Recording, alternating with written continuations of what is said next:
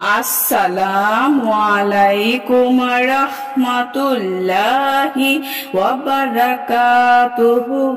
সুপ্রিয় সম্মানিত দর্শক ও শ্রোতা, আশা করি মহান রব্বুল আলামিনের দয়ায় আপনারা সকলেই ভালো আছেন। সুপ্রিয় সম্মানিত দর্শক ও শ্রোতা, আজকে হযরত উসমান রাদিয়াল্লাহু তাআলা আনহু থেকে একটি ঘটনা বর্ণনা করব। ঘটনার শিরোনাম হচ্ছে অবরোধকারীদের উদ্দেশ্যে হযরত উসমান। সুপ্রিয় সম্মানিত দর্শক ও শ্রোতা, আপনাদের নিকট অনুরোধ থাকবে ঘটনাটি শেষ পর্যন্ত শোনার। কয়েকদিন যাবৎ আমিরুল মুমিনিন হযরত উসমান রাদিয়াল্লাহু তাআলা আনহু অবরুদ্ধ আছেন। ক্রমেই অবস্থা কঠিন রূপ ধারণ করছে।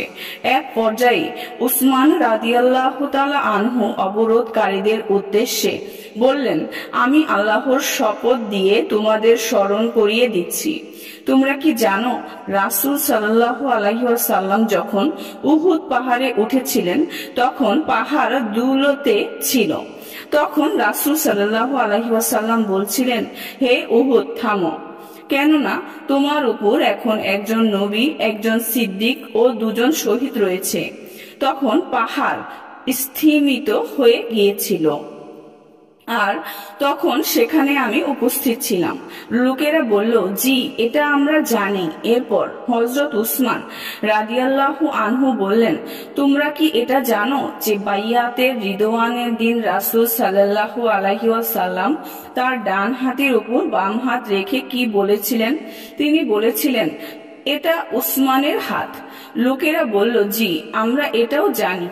এরপর হযরত উসমান রাদিয়াল্লাহু আনহু বললেন, তাহলে তোমরা কি এটাও জানো যে রাসূল সাল্লাল্লাহু আলাইহি ওয়াসাল্লাম যখনই বলতেন এই সৈন্যবাহিনীকে দান করবে, নিশ্চিত জেনে রেখো তার দান কবুল করা হবে।